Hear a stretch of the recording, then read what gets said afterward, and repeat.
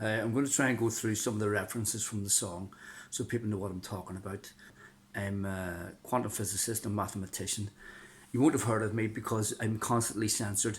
The people in control don't want you to know about me.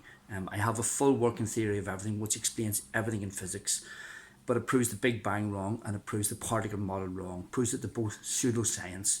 They're both theories which should have been promoted over the year as theories, but they've been promoted as if they are scientific facts. You'll actually find these in your encyclopedias stating as if they're scientific facts. They're not. They're theories, and they're wrong. And they've censored me for years. If anybody doubts that, I've solved two of the most famous mathematical problems in history: Goldbach's conjecture and proof a second loop is impossible in the Collatz conjecture. Now, these are mathematical problems which are on a scale, some people call them impossible problems because they're so difficult and so many people have worked on them. And I solved them because I looked at them really simply and I took them logically. I didn't follow everybody else, getting things more complicated. I did a similar thing to what happened in that film, Ready Player One. I went backwards against what logic would tell you to do, to focus on the primes, and I focused on the composites, and I solved the Goldbach conjecture, and I solved proved the second loop impossible in the Collatz conjecture, which is called the impossible problem because it looks like it should be easy to solve, but no one's been able to solve it in almost 100 years. Some of the top mathematicians in the world working on it. So that's my credentials. I don't have a university degree in mathematics or in quantum physics. The quantum physics that's taught, they don't understand it themselves, and they're trying to teach it to people without understanding it, which is a really bad position to start from. And it's full of all these assumptions and conclusions based on data which are wrong, which don't make sense, but it's the best that they have. So they promote these as if they're fact, which is really bad practice. It shouldn't have been happening, but it has been happening. And when the scientists come up with better ideas and better theories, they have censored scientists, not just me, I'll talk about it later, but not just me, scientists all around the world. They've censored them so that people don't get the correct information and they stay in control, getting massive grants. And in their defence, they say they have fantastic measurements, and they have. And they can make great technology. They can make a certain amount of technology using the particle model. But there's whole loads of other technology which we could be developing, and is very possible using the correct model of physics, which is impossible under the particle model. And I'll talk about that later as well. But I just want to I'll try and quickly go through the points in the video. First about the moon landing. It's a phenomenal achievement. A phenomenal achievement. There's no doubt about it. To create such a lie and fool so many people, and to have it go on for so long, it's an absolutely phenomenal achievement. And it's defended by pseudoscientists, people who call themselves scientists and they're not scientists. They take in information and they parrot, reproduce the information like parrots. They're really good at retaining information, but they're not very good at thinking for themselves, thinking critically. I'll maybe talk about one or two of those, but I want to get straight into the moon landing facts and the arguments that the people from NASA use to try and fool people. Now, if anybody believes that conspiracies don't exist, they use this term conspiracy theorist. They imply that the person is he's paranoid, he's got this idea. The moon landings in Apollo 11, 1969, they were overseen by President Nixon, who was caught in a conspiracy, trying to manipulate the Democrats by breaking into their building. He was caught, he had to resign. As far as I know, he's the only president in American history who had to resign because he was caught conspiring against the people of America. So he was caught in a conspiracy. So if you think that conspiracies don't exist, you've been intimidated, you've been lied to, and you've been manipulated, you've been hypnotized. In hypnotism, you use a timing device. Classically, you got the watch in front of your eyes, which is the classical way of portraying hypnotism. And the moon is a timing device. And a lie is a form of hypnotism because you're setting up a false reality which doesn't make sense. And you get all this cognitive dissonance where people's body language and what they're saying doesn't add up to what feels right. So you know it. And it's really difficult to break. People have been hypnotized for the last 50 years by NASA and their lies. And this is Buzz Aldrin admitting at last that they never went to the moon. But the hypnotism is so strong that people would just find all ways to deny it, that he actually admitted that they never went. And this was taken at the National Book Fair in 2015 in the USA. And you can see the original video is still up on YouTube. It's Roarbots is the channel. And both Aldrin and Nixon would have come from families which are closely associated with the KKK, Freemason families. And they were the people that were involved in this.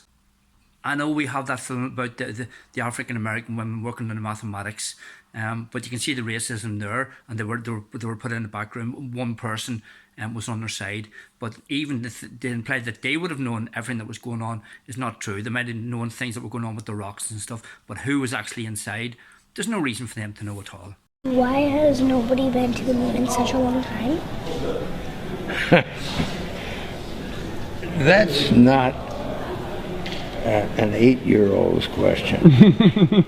That's my question. I want to know, but I think I know. Because we didn't go there, and that's the way it happened. And here's some of the points that I'm going to talk about, some of the arguments that are given by NASA and their team of agents. They have thousands of people on payrolls getting paid to provide misinformation, to give wrong information, to make sure people keep believing this. And one of the arguments actually that I'll start off with that NASA agents use is that for the fake going to the moon, everybody who works for NASA and their associated businesses would have had to have known about it, and something like 500,000 people would have had to know and all been in this and all keep quiet. It's a stupid argument, and nobody should fall for it. It's like saying if a mafia gang robbed a bank, all their extended family would have to know. All the people that they deal with would have had to know. Whoever supplied the car, whoever supplied the fuel within the car, whoever supplied their clothes, they would all have to have known about it. It's just a really stupid argument. But these guys are so trusted. We're a species, we're a pack species. Humans trust each other. That's the foundation of our civilization, is trust. And we trust. And over the years, we've tended to trust the kings because they've been the bravest. And we've tended to trust the scientists because they have been the ones who've helped us forge through to better days and made our lives more comfortable, more safe. But what's happened in the last 50 years since going to the moon is science has been dropped in the bin, and it's been taken over by pseudoscience, promoted as fact, and it's made our world much more dangerous. A lot of people already feel that. The other thing about saying that everybody had to be in, and it's just a stupid argument. But the other argument they say is that pretending going to the moon would have been more difficult than actually going to the moon. Again, it's a really stupid argument. It's like saying an American swam to the bottom of the Mariana Trench and everybody in the world was watching it live on TV in a frog suit and flippers, swam to the bottom of the Mariana Trench. And if that wasn't true, everybody would have called it out. Now, it's physically impossible for a human to swim to the bottom of the Mariana Trench. It's physically impossible. Just the same as it's physically impossible for a human to go to the moon. And I'll explain some of the physics why that's impossible. But of course, every point that I will make, you'll get these goons, agents paid by NASA to lie and to mislead you. And I'll explain why they're still doing it. People think, well, what's the point? Why do they need to? It's a military operation. It's a part of the USA military. And part of military strategy is to confuse and to mislead the enemy. And these guys controlling NASA, they seem to see everybody as the enemy. The Nazis, von Braun was a Nazi scientist who was brought over to the USA after the end of the Second World War. He was a rocket scientist, and he was the guy who spearheaded, who led the NASA team getting to the moon. He was a Nazi. A Nazi managed the Apollo missions. That's not made up. You can check that out yourself. You can check all these facts that I'm going to go through. He was a physical Nazi. He worked for Hitler. He was one of Hitler's closest friends by all accounts. And he's leading this team who said they got men to the moon. And you trust them. And one of the arguments that you use is that the Russians, if they had tried faking it, the Russians would have called them out. Firstly, there's no doubt that you could get that they got spaceships up, maybe in orbit at the moon. Quite possible. And they could relay sound from the moon, so it seemed like the sound was coming from the moon, even though it was probably pre-recorded. There's no doubt about that. But the other thing about the Soviet space program is it was run by Nazi rocket scientists as well. Von Braun's associate, his colleagues. So they would have been in contact. And it's in their interest as well to keep it quiet, because then they can manipulate people as well. And again, if people think that believing that there's conspiracy and everybody in the world is honest, you're in cuckoo land. This is from the very first start of wars and conflict within human societies. There's been people lying and people conspiring. Conspiring is lying. It's happened from the beginning of time. If anybody says, oh, he believes in lies, cuckoo. These are really violent people, really obsessed with power and violence. And as for everybody needing to be involved, there actually, people did talk about it. And one of the most famous people is a guy called Bill Kaysing. And he has a website dedicated to him, talking about all the evidence that he had, saying that they never went to the moon. He was a rocket scientist, and one of the things that really made him started to suspect that something wasn't right. He said that this lunar module that supposedly landed on the moon, he said they couldn't get it to land on Earth. He was working with them. He said they couldn't get it to land on Earth. And how the heck can you get it to land on a planet where there's no atmosphere? Your rockets can't manoeuvre against the air in the atmosphere to provide you with base, so you have much less control. And yet they seamlessly got it to land on the moon. No problem. Landing on the moon when there's gamma radiation. We know now there's high levels of gamma radiation. The temperature of the moon is extremely high. It's extremely hostile. And they got this land on the moon, this thing that looks like Team America from South Park or Thunderbirds or Go. It literally looks like something out of those cartoons. And people have sucked in for so many reasons. One of them being patriotism, because they're defending their country. They're not going to say anything about their country.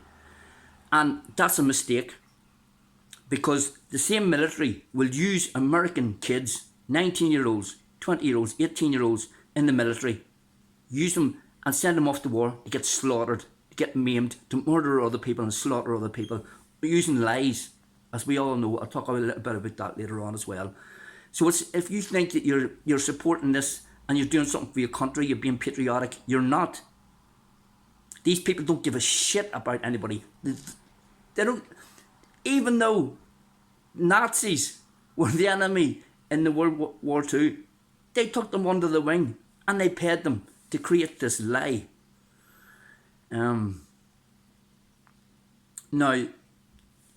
another thing that they say is the photographs. We have modern photographs taken from the moon, and you can clearly see from orbital ships going around the moon, taking photographs, and you can clearly see those modules there and the tracks where the humans went round. And these are independent, verified independent organisations taking these photographs.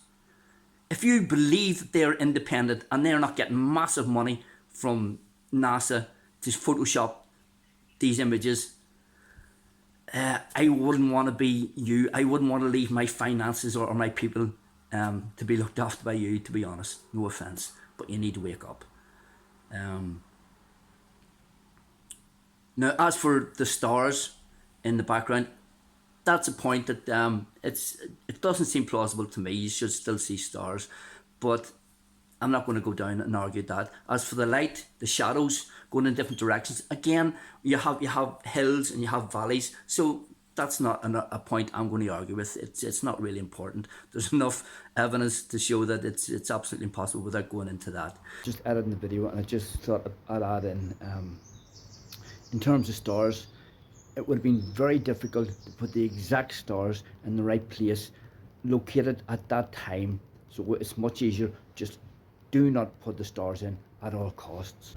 And as for the hammer and the feather experiment, that feather was made out of metal, exactly the same weight as the hammer, and painted to look like a feather. Rocks with set numbers. There's a famous rock that has C written on it, which film crews do. They put letters or they put symbols on their props to make sure they're set up in the same place. And there's that famous photo of the rock with C written on it. It's a prop from a film set. And there's films from two of the different missions that went to the moon. And when you look at the background, it's the same background. And they're supposed to be in two different locations, but they're the same background in the film. They just got thought, hey, we're getting away with this. Why bother changing the set? We'll just use the set and maybe change it a little bit or film from a different angle. But it's the same set in the background. Now, the original pictures, these would be the most valuable pictures ever probably in the history of mankind. They went astray. Can't find them. They got lost. And the thing is, if the original photographs were there, they could be analysed and really taken apart and people have a better idea what the truth is, but they went missing. I'm not sure exactly the story. One story I heard was because they couldn't find a place to store it. Again, it's just a stupid idea. The most valuable photographs in history, they couldn't find somewhere suitable to store it, so they just ended up getting destroyed or going missing. Just to clarify a point, the reason why those photographs would have been so valuable is because, to go back to the point about the stars, in original photographs, these weren't digital photographs, these were old style film photographs, so the resolution would have gone down to the molecular level, and so when you zoom in those photographs, you would see stars, and experts in cosmology could have analysed those stars and they would have seen very quickly that they don't represent the real stars if it was a fake set, but of course they went missing. With the effect that you have the majority of the top scientists in the world fooled by this, trusting that NASA are telling the truth. And they in turn will mock and laugh and marginalise other people who say that it's a lie. Now, lasers off the moon, they say that they got these mirrors on the moon, which is absolute concrete evidence that they got to the moon. The fact is that astrophysicists in MIT in 1963 were bouncing lasers off the natural mirrors on the moon. That's the fact. And when you throw that at the NASA agents, they say, oh, well, we've got better mirrors. Yeah, whatever. It's bullshit. The fact is, lasers have been bounced off the moon since 1963, 6 years before 1969. NASA astronauts in the space station say we can't get beyond close Earth orbit. Can't do it. And I figured out exactly why that is. And it's not really to do with the Van Allen belts. The Van Allen belts are these radiation belts around the Earth, and they have really high radiation, really dangerous, really hot. And we can't even get biological creatures beyond the Van Allen belts.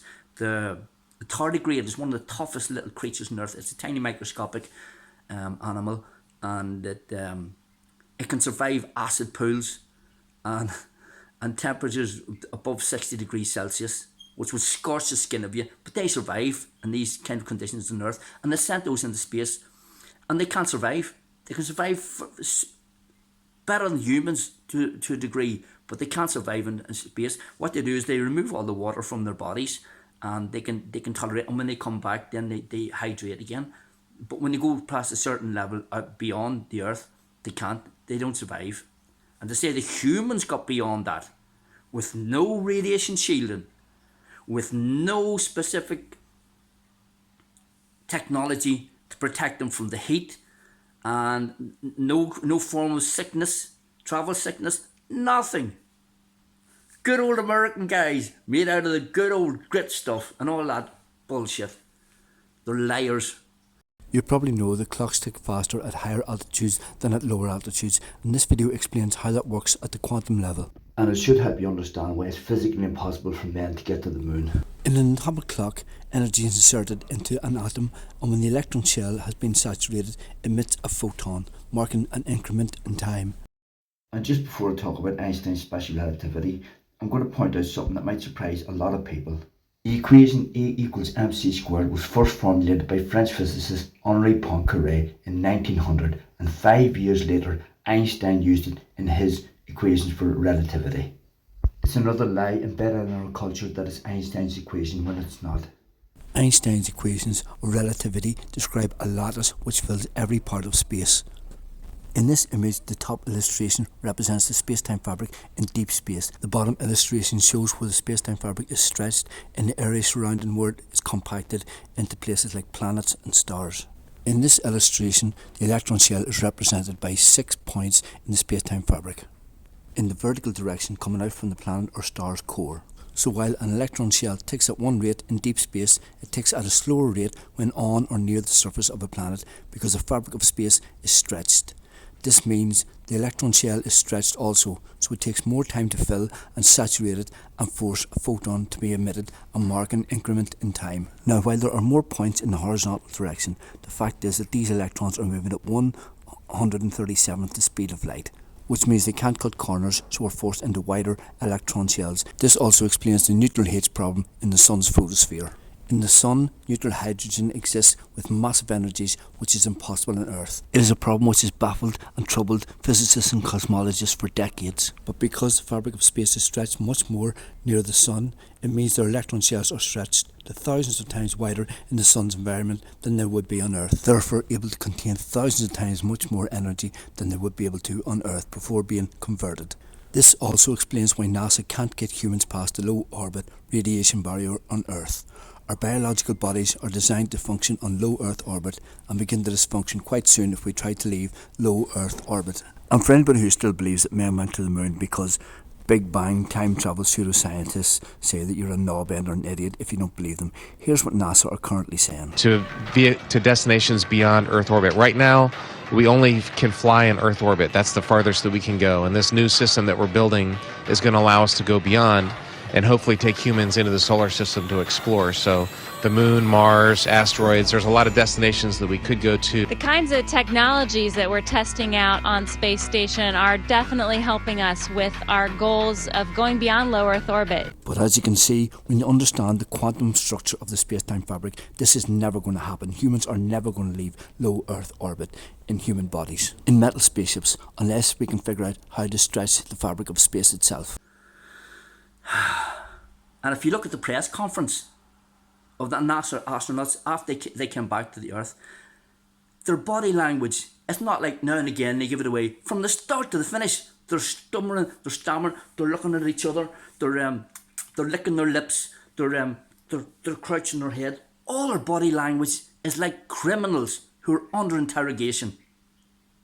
And if you compare that with somebody who's won Champions League or the World Cup in a press conference, they can hardly contain their excitement. The words just flow out of them. They're sitting there lying. And there's one clip of Buzz Aldrin, and he's sitting when he's in the solitary for the 21 days before they did the press conference, and the camera's on him, and his bottom lip starts to wobble, you know, like a child that's been naughty. Shame. Now, I'm going to show a little film about the lunar rover speeded up. This is footage of the lunar rover at the speed which they say it happened.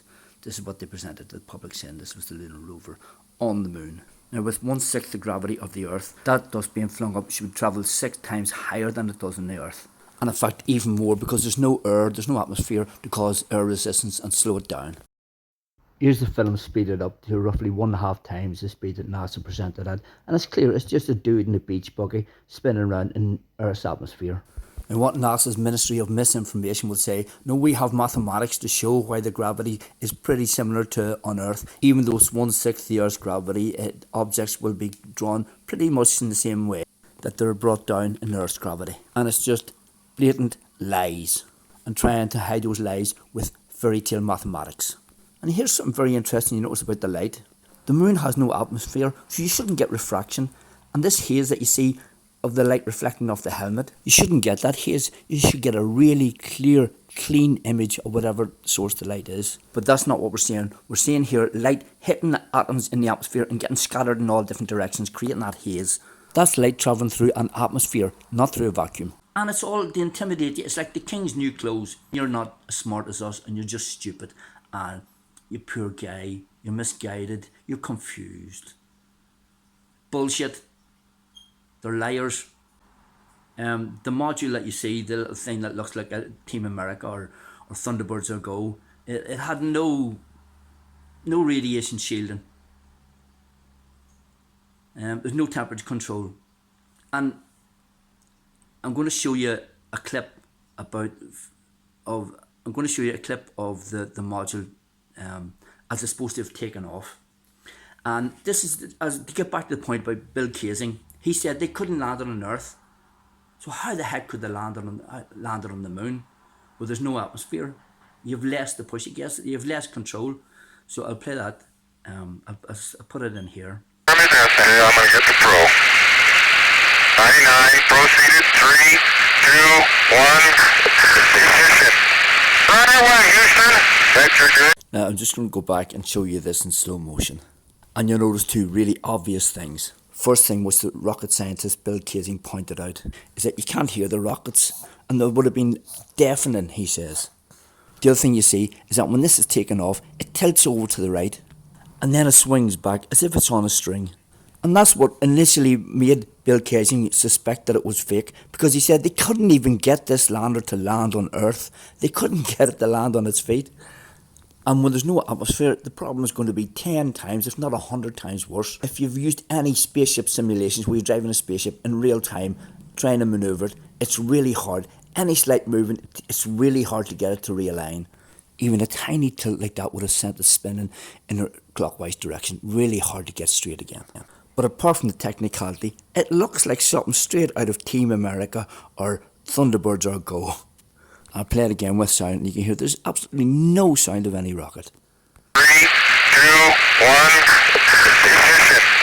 Right away, Houston. And this is probably the last point I'll talk about the moon is what they say is that when they got back from the moon, they had moon rocks and they distributed all around the world, and people have studied these moon rocks and confirmed that they are moon rocks.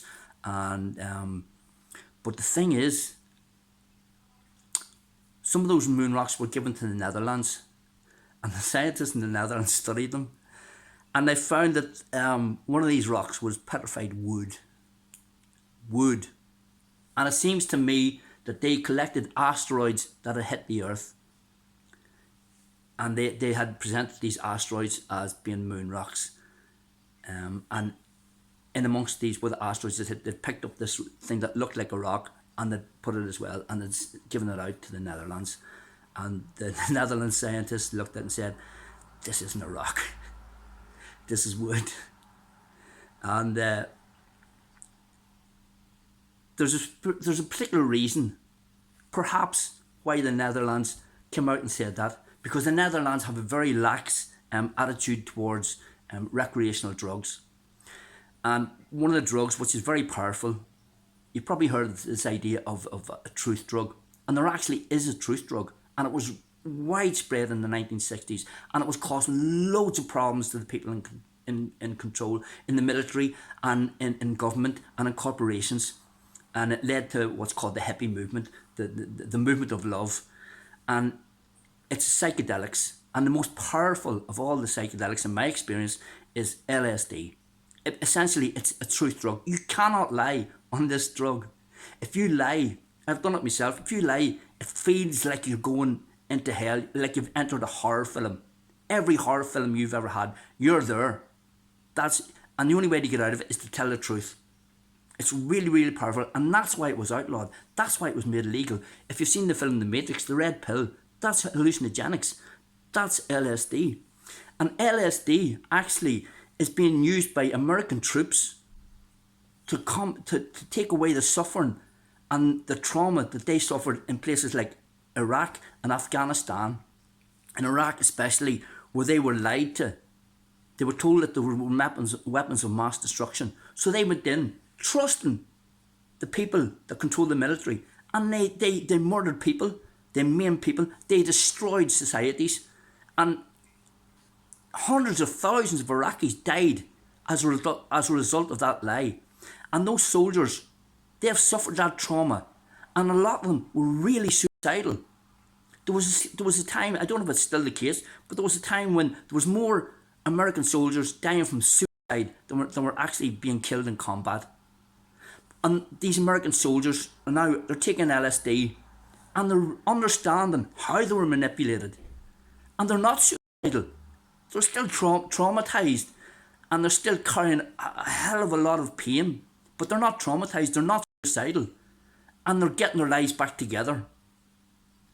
And I would say to any of the scientists, agents for NASA, who think that they're being somehow patriotic by telling these lies and supporting these lies, take some LSD.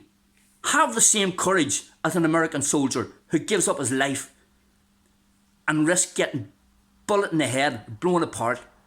Have that same kind of courage. You don't have to get a bullet in the head. You don't have to get blown apart. Just take some LSD and face the truth. Because the truth very often is a lot more scary. If you're suicidal, or you're a murderer and you want to get paid to murder people, or you want to feel like your suicide is vindicated, join the army. It's a perfect place to get murdered or to murder people. But there's a lot of Corp people in the army who have got integrity, and they were lied to. So if you haven't got their courage, you shouldn't be doing science. Because you're endangering people, and you're supporting the murderers and the control freaks who are leading this world and the people in this world astray. And the science, a lot of the science, and I'll just mention two names here, Brian Cox and Neil deGrasse Tyson, who are two of the pseudoscientists who are used by the American military to promote their lies and their pseudoscience. And they really piss me off because they are pseudoscientists. They're not scientists. They're like parrots. They take information and they don't think for themselves and think it through. But in their defence, they probably have never had the truth drug LSD. Neil deGrasse Tyson has said it clearly, openly on Joe Rogan's show. He won't take LSD because he doesn't want to lose his mind. Where the science, if he's a scientist, look at the science and take LSD, Neil, and tell the truth. Because the science shows that it's very therapeutic in all kinds of trauma. It's massively therapeutic, and it's saving these American soldiers from suicide and all kinds of trauma, and the trauma that their families are going through. It's saving their families, it's saving their communities, it's bringing them back together, it's bringing their humanity and the integrity back that they went into war and had betrayed on them. Brian Cox is probably the same, probably hasn't taken LSD and actually thought for himself. And he's promoted a lot of pseudoscience, like the Big Bang. And just before we go on to the Big Bang, LSD in the 1960s, it was being spread across the world. Wars were coming to an end. Iran, Iraq, Afghanistan, places like that were progressive. Until NASA said they got to the moon. And the lies kind of spiraled. So, and if people had this truth drug, you wouldn't have court cases going on for months. You wouldn't have politicians lying out of their mouth. Every politician, every civil servant, everybody who's under suspicion of a crime, give them LSD, and within an hour, you're going to get the truth.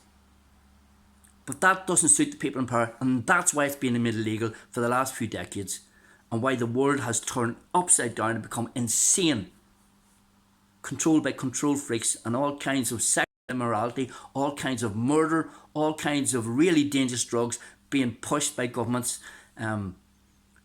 for different agendas, for money basically. But in terms of the science, Big Bang. The Big Bang is not science. It never was science. It breaks every single known law of physics. But it's an idea that people latched onto for one or two reasons. In many ways, it's like flat earth science. It's like flat earthers on champagne and steak and cocaine. It takes one or two ideas And it runs with those ideas and say that these are absolute concrete evidence. It's like the flat earthers saying the fact that there's no flights go over the South Pole is absolute concrete evidence. And they take other little bits and they build up this science fiction ideas. And one of the ideas that's fueling the flat earth actually is Einstein's acceleration gravity equivalence principle. And I proved why it's wrong. In my work, I proved why it's wrong. My channels keep getting shut down by Big Bang and particle model pseudoscientists because I make it so simple and so easy to understand why the models are wrong, and they keep shutting my work down, even though they don't seem to understand it's in their interest, it's in the interest of the survival of their kids that they get the real science. The Big Bang breaks quantum mechanics, which states that you can't have two particles in the same space, but the Big Bang has every particle in the universe in a tiny microscopic dot. It violates Einstein's relativity and James Maxwell's laws of electromagnetism, which show that nothing can move faster than the speed of light. And Big Bang cosmologists will say, well, we can see things moving faster than light, and they say it's due to dark energy, but I prove it's an optical illusion. It's caused by gravitational lensing. It violates the laws of cause and effect. They give no cause, or it just happened. Basically, they say, shut up and don't try to argue with us, or we will shut you up, we'll ban you, we'll block you from discussions, we'll censor your work, ruin your careers and your lives. And when more data shows that the Big Bang is wrong and it doesn't work, if they can't censor it, they just make up science fiction, imaginary physics, to try and fix it. But the science fiction never works for long. But because it destroys, and the first time it happened to me, I had a channel and I put one comment on, it was actually the first year that I got involved in quantum physics, and I found a logical explanation for the double slit experiment. And I figured out how the universe is working and how it's not, and how it's being misunderstood. I didn't have the full theory of everything worked out. It took me years to get the detail of how it actually works. But within the first year, I realised the framework.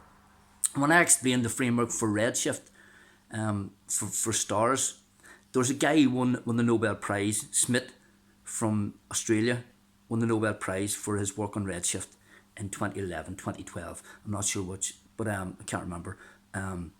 But I put one, he did a YouTube video, a presentation about his Nobel Prize win, and I put one comment in his presentation. He says, we've a handful of stars that seem to be moving closer, and beyond that, all the other stars moving away. We can't explain it. And he shrugged his shoulders as if it doesn't matter. Now, it wasn't a handful of planets. A handful of planets or stars is 5. You're talking about millions of stars within the Milky Way, which you get a redshift where they're coming closer. And even in the Andromeda, it's coming closer. But beyond that, they tend to move away. And I put one comment on his YouTube channel, and I explained the correct model and why they're misunderstanding redshift. And naively, I thought he'd be delighted and I'd get some kind of conversation. But he went ballistic.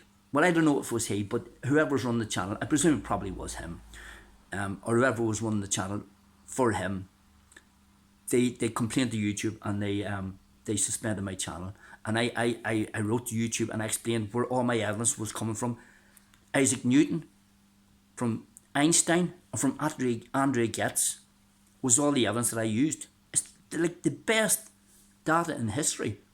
And I made common sense out of it. But because he had a Nobel Prize, and because he's going out every night getting probably $10,000-$20,000 a night just for standing in a room and talking about his Nobel Prize win, and everybody's treating him like a demigod of science who can say no wrong, he was fuming. If that was a tin hat person talking nonsense, they just ignore that comment. But he went to really far extreme measures to make sure that my channel was closed down, and it was. And my second channel, I made sure I never contacted him again. I had about 160 videos on my second channel, and it got closed down again by Big Bang particle model pseudoscientists, because I was shown where they were giving the wrong information, making it impossible to understand physics. And eventually my channel got shut down. But as for the Big Bang, the science of the Big Bang, it's basically the jack and the beanstalk of physics. I'm sure you probably know the story of Jack and the Beanstalk. If you were born any time before the TikTok generation, you'll know the story of Jack and the Beanstalk. It's a pity if you don't know the story, but it's about this guy. He goes off to the market and he sells a cow for a few magic beans. This guy in the market tells him these are magic beans, and they'll put them in the ground and they'll grow into a magic beanstalk, and you can feed your family forever on them.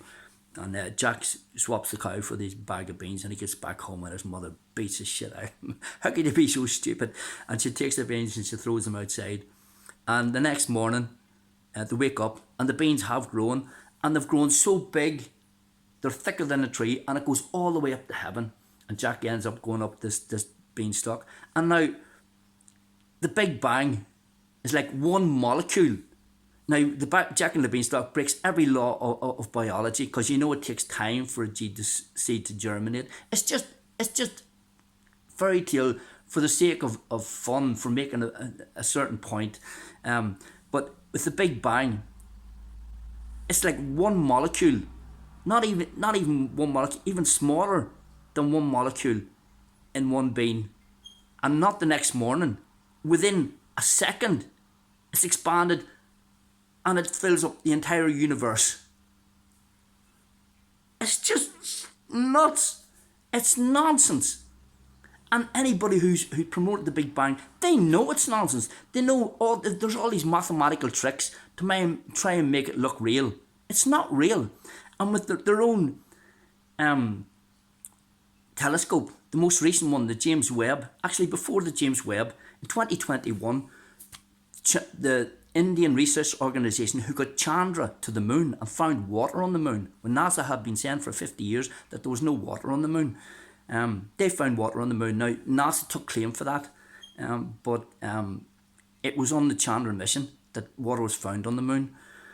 And in 2021, some of the people who were involved in the same institution in Bangalore, the Indian research organisation, they released peer-reviewed papers, top quality scientific papers, showing that the red shift is counteracted by a blue shift.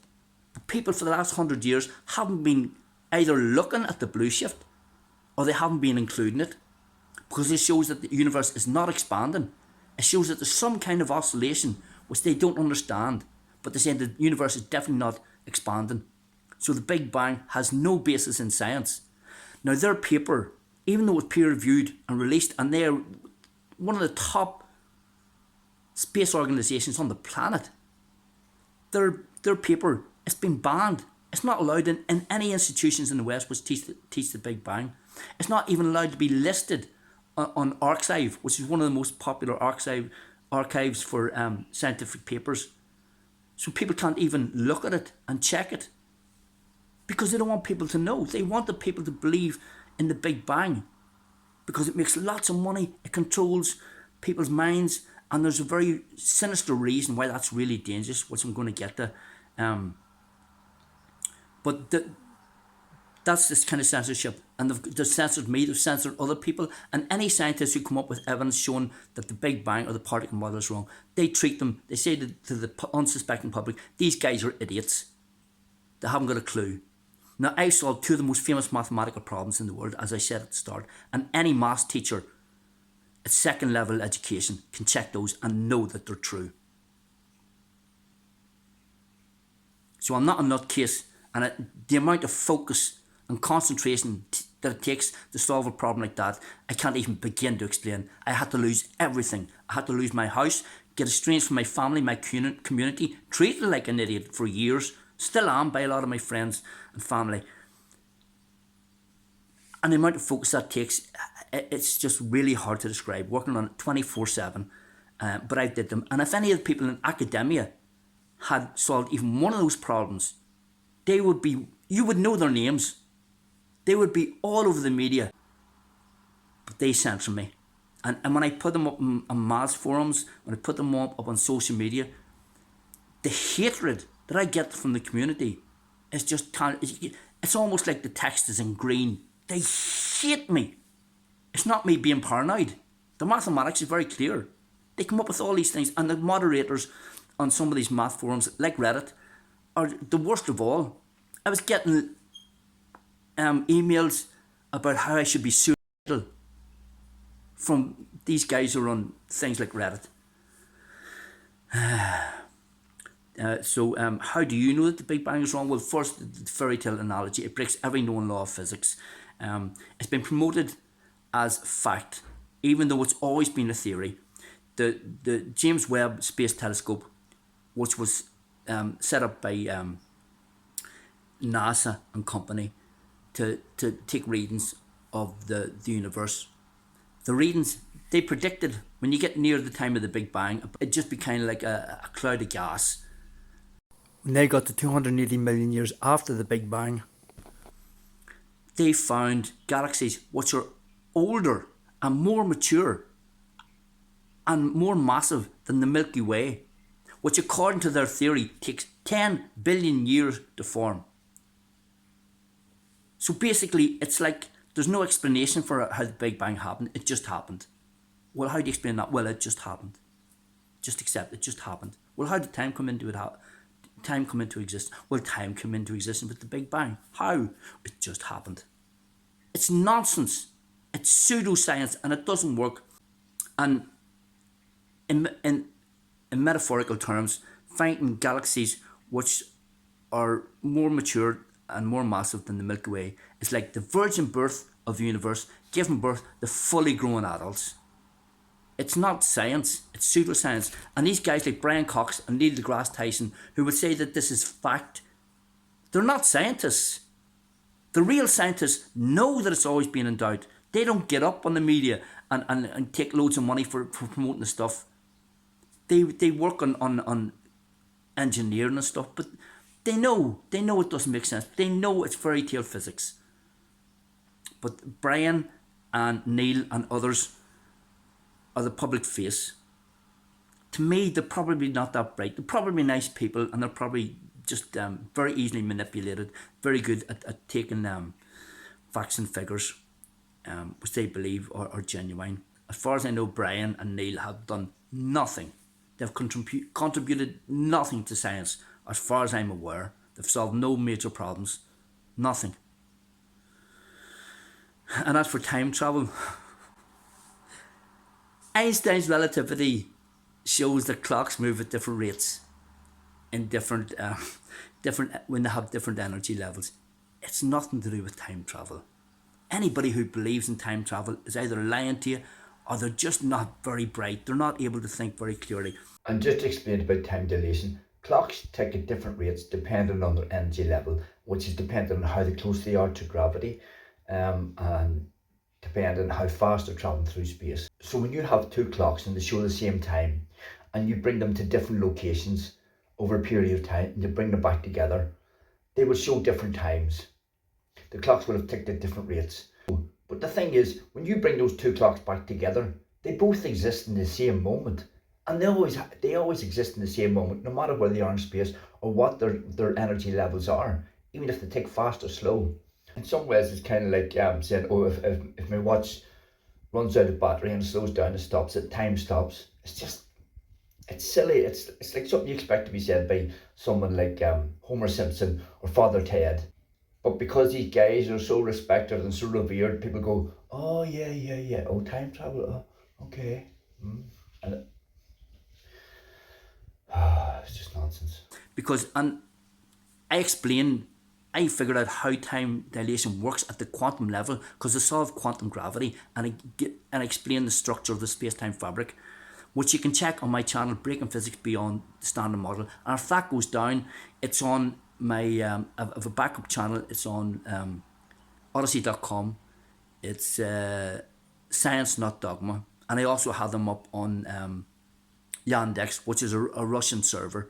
So if it goes down in the West, it's still on the Russian server, and I have links to those as well. That's slightly more safe. But the best thing to do is just to spread this information fast. YouTube in many ways are pretty good at keeping information where it is verified. Good at keeping it on. So hopefully they won't take this down. But if they do, it's up on those other resources, as I say. The CMB is another thing that they say, the cosmic microwave background. I've seen Brian say that this is fact. We know it definitely happened because of CMB. Now, the CMB doesn't actually make sense when you put it in the Big Bang. It's only one interpretation, and there's many other interpretations. And what I show is that it's resonance in the field, because the field is a fabric. We feel like we're moving through space, but we're not. We're actually made out of electrons. Everything is made out of electrons, like tiny little magnets holding everything together. Even protons and neutrons, they're electrons and positrons caught stuck to each other, moving through the fabric of space. As I say, that's explained in depth. But the thing about the CMB is, CMB, the more readings that come in about the CMB, it shows it's incompatible with what was predicted by the Big Bang. And the Big Bang pseudoscientists keep saying to the public, maybe there's something we don't understand. Maybe there's something that's wrong. Maybe we'll find a way to fix it. It's nonsense. There's no way to fix it. Fully grown adults being born from an immaculate conception, virgin birth, it's just not science. Never was. But these guys are still using it as science, pretending it's science, because they've got massive money. They've got massive control over the media. And the idea that stars form from gas clouds is nonsense. It can't be the correct model of stars, and the stars go through a finite amount of fuel and then they burn up. That's not the case. It can't be the case. And in the equations that are used to justify that, it's the Jeans model. Now, the Jeans model works well where you have gravitational bodies there, because you need to get gas to stick together. You need to contain the mass first. There's nowhere to contain it in space. Entropy means that everything will go disperse. But they don't include entropy conveniently in their equation for stars collapsing from gas clouds under their own gravity. Gases do not have gravity. They don't understand gravity. Gravity is a compaction of the space-time fabric, leading to the geometry with a path or the shortest route, and they lead towards gravitational bodies, which are massive bodies. They don't have gravity. They're subject to entropy. Any gases you try to put them together, it takes massive pressure and containment to get any kind of reaction with gas. It's just pseudoscience. And the idea that stars have a finite amount of fuel and they run out of fuel is not true either.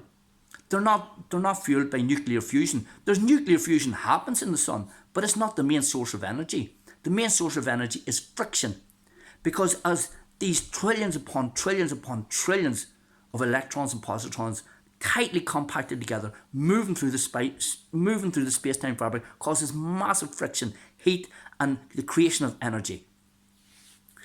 And if you look at the data from the core of our sun, there's a neutrino spectrum coming from the core of our sun, telling us that there's a dark star, what people call a black hole. There's a black hole at the centre of our sun. Well done, the Soundgarden, that song, Black Hole Sun. Whether they got that from a dream or a premonition, I don't know. But that's exactly what's happening in the sun. There's a black hole at the centre of our sun. Einstein's theory of relativity predicted what are called black holes and white holes. You get these areas where everything is sucked in, and you also get these areas where matter comes out.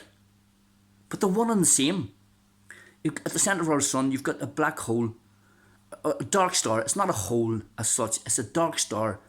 And because it can't escape, the gravity is so strong, it pulls in the space-time fabric and it grows, and it creates mass and heat and friction around it, because it's moving through the space-time fabric and it's so compacted, it's rubbing all the time, it's creating massive amounts of heat. That's what powers the sun. And we know this for a fact because they did readings from the planets in the solar system, like Jupiter and Saturn and other planets with volcanic activity. And according to their model, these planets should be giving off certain levels of energy. But the amount of energy that they're giving off is way more than is predicted by their model. Because these planets are growing. They have a dark star inside them. Any planet that has volcanic activity has a dark star, what people call a black hole, in their core, and it's generating energy, it's generating heat and matter. It's creating matter, it's creating energy. Now this is impossible under the particle model, but the particle model doesn't work. It can't work because there's an empty space, and you can't pull something through an empty space without being physically connected. There has to be a physical connection everywhere in space, and that's what my model shows. Neo-string theory shows that everything is like a string elastic type lattice, and everything is pulled by the negative pressure within the ether within the lattice. The particle model is pseudoscience. Just run out of memory on my other phone, so I'll try and get through this as quick as I can. Nuclear fusion, as I say, is a lie. It takes thousands of times more energy put in to create a tiny amount of energy. It doesn't work. It's wrong. And this idea that the universe is not real, this is based on Bell's theorem, which was a theorem by another guy from Northern Ireland, John Alexander Bell, who showed these mathematical equations, which show that the mathematics of quantum mechanics can't be logical. There must be something illogical, like something supernatural happening within quantum mechanics. It's not compatible with logic. But I showed that actually it is compatible with logic. And I've got that on my channel, and it's pretty simple to understand. It takes a bit of time. You do have to read about it, about Bell's theorem. But once you do, you can see that my solution is exactly what's happening. But again, I don't dress it up with loads of mathematics, and it probably pisses people off again because it proves the particle model wrong, and perhaps because it proves this Nobel Prize went wrong. People aren't talking about it, and they're still keeping my channel down. The universe is definitely real, and that's what pissed off Einstein. He said the universe can't just be making it up as it goes along. It can't just be random. There has to be fixed rules, and I proved that there are fixed rules. But the really interesting thing about quantum entanglement and the double-slit experiment is what's really behind the measurement, because the really, if you don't understand quantum physics and Bell's theory, it's probably really difficult to understand.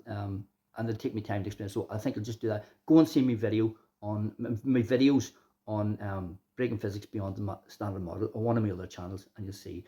So I'll get on to 9/11. Through 9/11, people actually believe that was by a handful of Muslims. Now, as I say, here's a film about the BBC announcing the collapse of Building 7 before it actually went down, and you can see it in the background. This is a video about the demolition of World Trade Center Building Number 7. And the BBC live report on the day saying that the building had collapsed 30 minutes before the building had actually collapsed.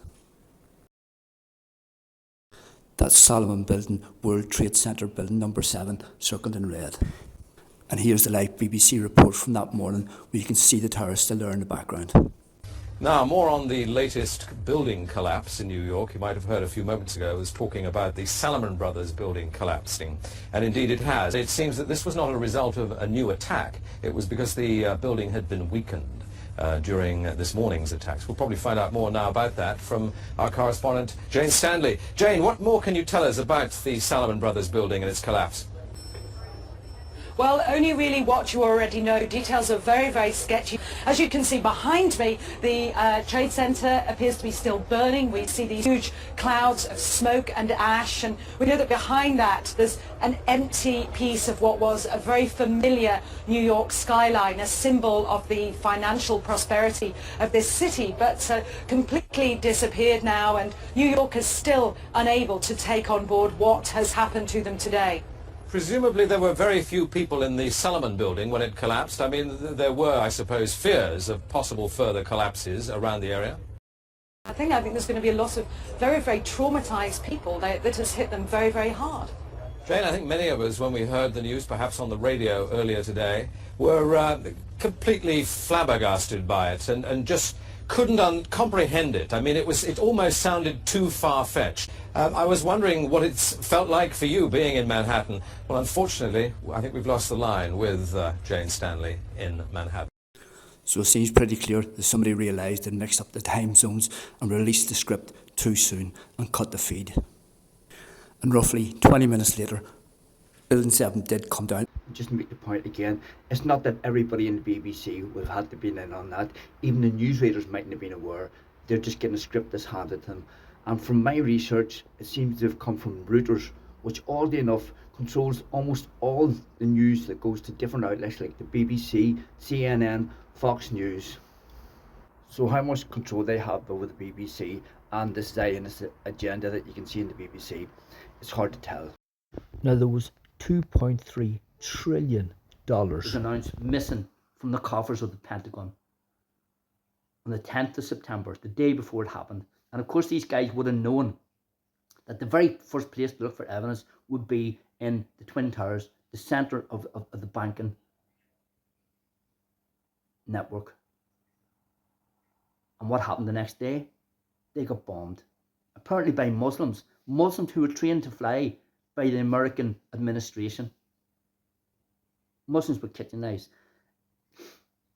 There's no doubt they were on those planes, but they didn't plan that. That was a massive military operation.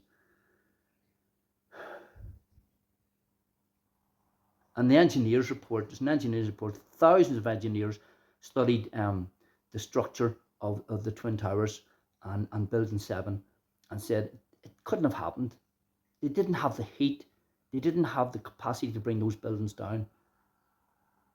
It's a lie. But that, again, they don't control the media. It's the people with the money, with the power who control the media. And they control, you get these ideas that Fox and CNN, they're all at loggerheads. They're all controlled by the same people. It's just like a stage show. To get people to appear like they're loggerheads. They are loggerheads because they believe it as well, the newscasters. But the news that they're getting is fed down from whatever military that's run. It's probably a private military run the American army, run the British army. And that private military is run probably by the banks. That's what all the evidence tells us. And so that when you've got $3 trillion at your disposal, you can do a hell of a lot. You can twist the arm of a hell of a lot of people. And that's what's been happening. I did see some misinformation reports saying that it was in accounting there, that they were talking about bureaucracy, not about being missing, which is not true, because it was missing since 1999. So if it was bureaucracy, that certainly got sorted out within 2 years, but it wasn't. And it was used as an excuse to invade Iraq and cause the murder of hundreds of thousands, if not millions of people. And the thing about the USA and the UK, they knew that if you want to end a conflict, if you want to bring some kind of peace, you talk. And Saddam Hussein, no matter what you think of him, he was dying to talk. He was begging to talk. They had no interest in talking. They wanted to get in and murder people and steal oil and resources. They had no interest. But what I do know is that there's a friend of mine, and her brother works in a taxi in New York, and he said that for months before 9/11, he was getting calls to go and pick people up from the Twin Towers who were being let go home early. They said that they were doing refixing of the wiring in the Twin Towers. So for months, there's lorries, vans with cables and all sorts of things going in and out of the Twin Towers for months before 9/11. Obviously, rigging up the dynamite or whatever kind of explosives was used in that building. When you look at the way the building come down, and there's explosions happening in series before it actually collapses. Again, that's hearsay. That's not evidence, but there's enough evidence there for anybody has got enough integrity and who has enough of the truth to know that it's the truth. There's no way that the BBC could have known about that before it happened. There's no way. They knew so much detail. It was a planned, sophisticated military operation. And the really sinister thing that people need to take this seriously and understand that this affects you is because what NASA are hiding and whoever's funding them are hiding is that we risk, as we stand on this planet, we risk losing all our power in an instant. There was an eruption from the sun on the far side of the sun in 2012. And lucky for us, it was on the far side of the sun. Because if it had been facing the earth, it could have wiped out nearly all electrical networks on the earth. So we would have been left with millions of people in cities, no pumps, no fuel, no water, no ATMs, no emergency services, no lights, no phones, no TVs, going, what the heck just happened? Nobody explaining what just happened. And we're facing that every day. Probably part of why I seem so nervous and I stutter and I'm so emotional. Every day I wake up and I know that we face that potentially happening. And if you think that that's conspiracy theory, there's a video by a physicist in America. It's called Physics Girl, is the channel, and her video is "It Missed Us by 9 Days," and she talks about some of the science and some of the repercussions, and she says it would take us maybe up to 10 years to build the infrastructure that was damaged. Now that is if we're prepared, and we know. If people aren't prepared, you're going to have massacres all over the planet, and it happened just like that. And that's one of the reasons why they still keep going, even though the Cold War is supposedly over, even though we've got that conflict going with Ukraine. I'm not going to talk about what I think of that and how that I think was manipulated by the USA, and it was, well, not the USA, no, it was manipulated by whoever the core military are who ran 9/11. It's not they use the USA military, but it's not the USA military, and they use the BBC and they use all the media. They're extremely sophisticated. I don't know exactly who they are. They're that sophisticated. They've got $3 trillion at their disposal, at least. So that's a hell of a lot of money to throw around with things that they already have a monopoly on, almost all corporations and media outlets. But yeah, that could happen any day, and we could be prepared. And my model of physics shows that we can have unlimited energy and we can multiply matter. There's a device which can multiply matter. It multiplies electrons. Now, the current idea is that the electrons are getting knocked out of the apparatus. What it is, you send an electron at one end and millions of electrons come out the other end. And the theory is that these electrons are being knocked out from within the system, within the apparatus, the charged channel plate. But I'm saying that's not the case. And I'm saying the way to test that is to put, say, a hydrogen atom in one end and through the vacuum, one hydrogen. And I'm saying you're going to get a cloud of hydrogen coming out the other side. And this is consistent with what Jesus did, multiplying bread and fish. And when you look at the science of chi or kundalini, when you can line all the electrons in your body, you're basically pushing out a current through your hands. You're pushing out a current, and that can be used to heal. We know, if you look at the film of people using chi in China, for example, Indonesia, it's really, really, really powerful. And if Jesus was able to manipulate this and put matter, what's happening is because every bit of matter has wavelength. There's waves constantly coming off every atom. We know that for a fact. Every atom gives off waves. So if Jesus was able to push those waves back, they would act like spray, getting twisted into more vortexes, more matter. So it's very, very possible. The science, the real model of physics shows that Jesus Christ did actually multiply bread and fish by forcing chi, the ether, against matter, therefore causing the waves to be transformed into more and more matter. This is science. It's not fairy tale. It's absolute science. And I've been begging people for years to try this, run this experiment, and they won't, because they're so indoctrinated into the pseudoscientific models which do not work that they will not listen. And that's really, as I say, that could be happen any day. And we could be, if we're prepared in time, we can prepare for it.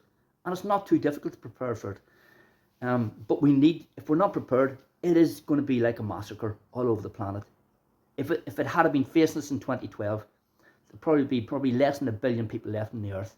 We would have had massacres, street massacres all over the earth as people start to realise that there's no food, there's no water, and we have to fight for survival, and cities just erupt into probably Rwanda-style, horrific, nightmare-type violence. And that could happen any day. It could happen today, tomorrow. It's a fact. And NASA know that. They have cities built underground. That's not conspiracy theory. That's a fact. And they think that if they can control the public, they can stay top dog, they can amass amounts of resources, have us protected underneath the ground in insulated underground dungeons. So they have their weapons, they have their backup, they have the computers still running, and they can come out after there's been some kind of apocalypse and people are murdering, and they have the technology to stay in control. That's why they lie to us. That's it. They're violent control freaks. And it's in their interest. If anybody is part of that organization, I am telling you, it's in your interest to take some LSD, the truth drug, and face the truth. And you'll find the courage to tell the truth. And you'll find the courage to tell it to the public. Because it's in your kids' interest. Anybody who survives that, they're going to come out into a horrific world, fighting from as soon as they come out. It's not a world anybody wants to survive to. And if people realise that, maybe there'll be more courageous people speaking up and explaining exactly what this organisation is that controls the world, controls the American military, controls the governments of the world. The other danger that we have is from AI.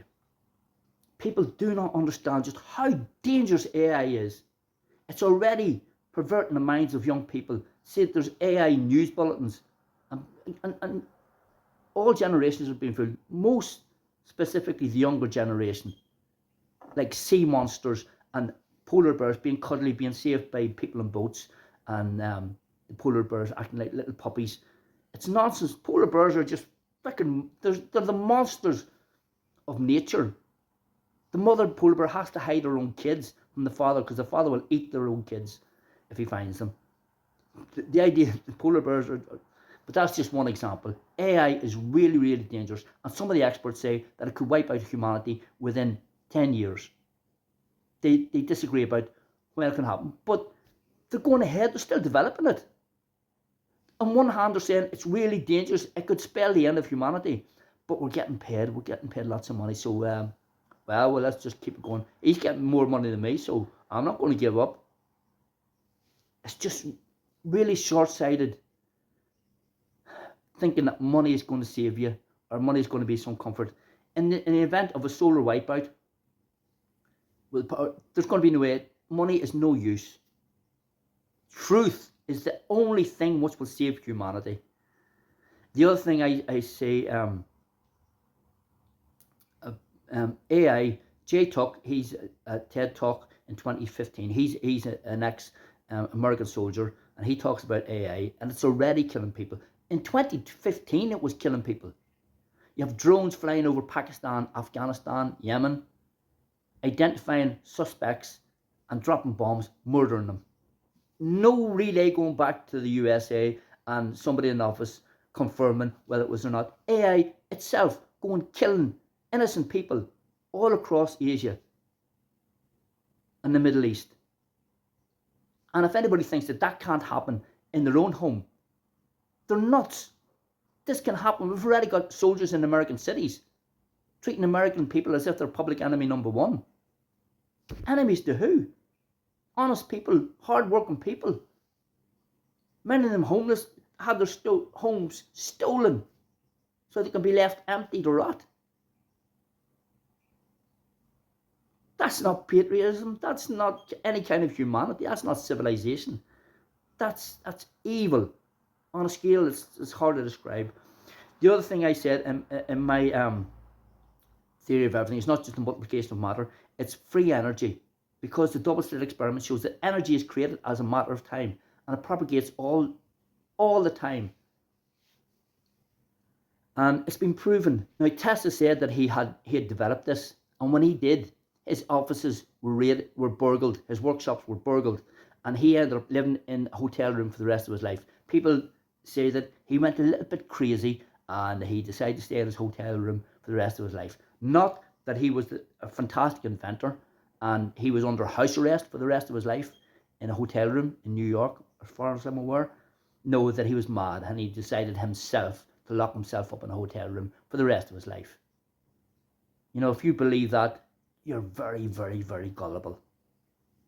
And his invention, what he was saying, be creating electricity from radio waves, It's actually been done by a guy in Zimbabwe, Maxwell Chikumbutsu, and he's developed this battery which can power a car, a TV, even a helicopter.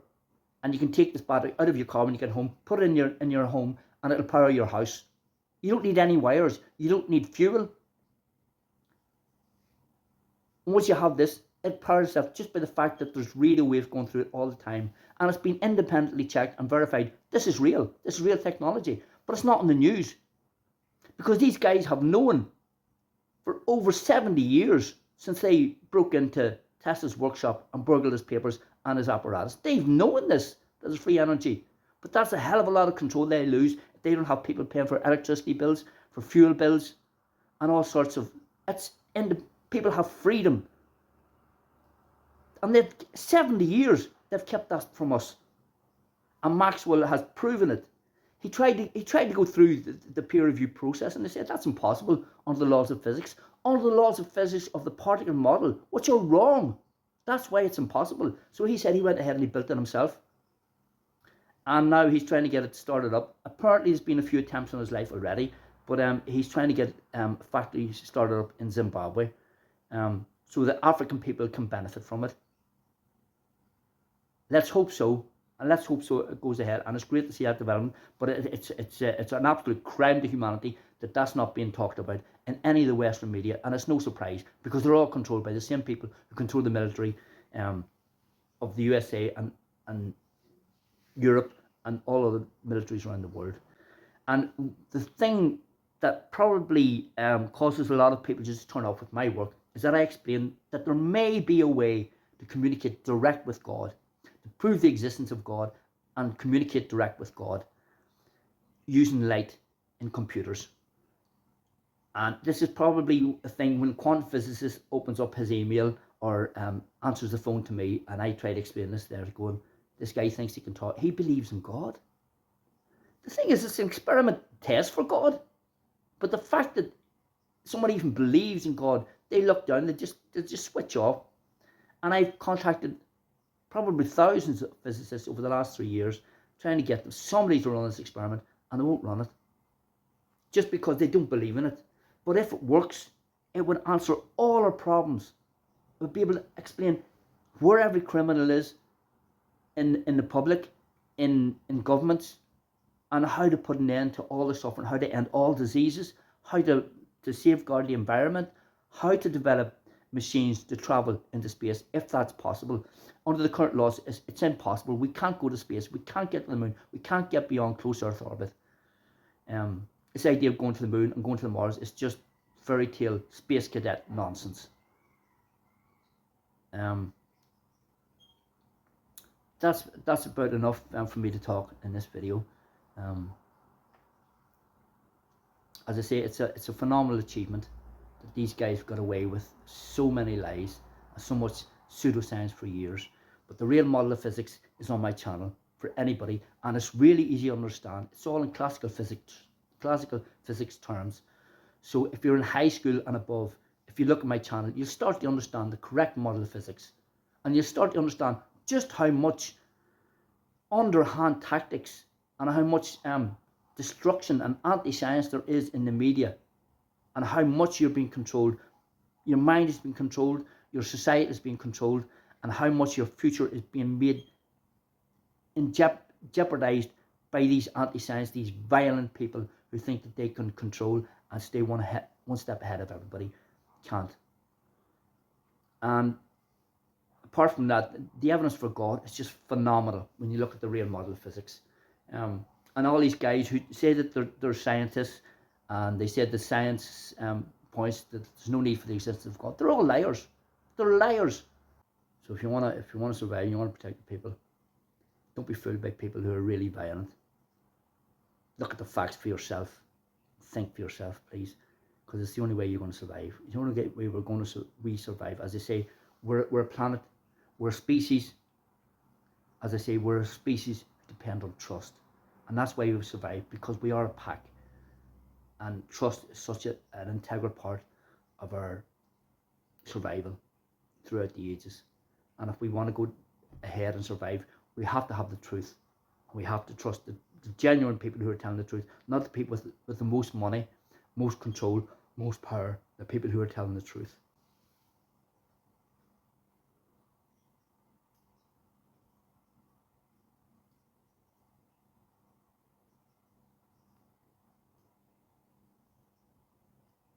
Thanks for watching if you watched this far, and please do share this, because literally the survival of civilization could depend on it. We've got to get past these lies and these pseudoscientists controlling our minds and these violent people controlling our minds. And we can. But it takes people facing the facts and sharing the facts and doing it as fast as possible, because at this stage every minute counts. So much destruction, there's so much danger in the world. The faster we get on track with the correct model of physics and start getting humanity acting like a true global family, which can happen, the sooner we're going to live in a better world, a more safe world, and we're going to start seeing an end to all the madness, all the suffering, all the pain, all the violence, all the control. And as I say, that experiment to talk with God is an experiment. All it's going to take for somebody is one person to try it. Run the double slit experiment with 2 detectors, one slightly further than the other, diffract the light and see if it generates binary code. And there's probably a possible way to use it in quantum computers, and it could end all our problems. So hopefully somebody does try that. In the meantime, please share the information. And perhaps the final point I'll make is that we all have a tendency to think that it's not going to happen to me, or things will be all right. But the reality is that this could happen any time, any day. And let's hope it doesn't. But it's going to happen sometime in the future. And unless we're prepared, we're going to face an apocalyptic type situation. And we can prepare and make sure that we don't face those kinds of conditions. But we have to do it now. We have to start acting now. So please, if you're watching this, just share this video now, before you go off and do something else and it goes into the back of your mind. Because if it happens, it'll be too late. There'll be billions of people wiped out in horrific type violence. We've had the warning from nature. Nature has given us the warning in 2012. 13 years ago, and the people in control have not acted. They're not going to act. Not only are the people in power not acting and not going to act, they're trying to block people from understanding what's going on and allowing people to prepare for themselves. This might be the last genuine warning you get. So please, hope for the best, prepare for the worst. Please share it with everybody that you know, everybody that you love and care about, and then go about your business and put it in the back of your mind. But please at least share it. Or if you have the capacity to run the experiments, regardless of whether you think they'll work or not.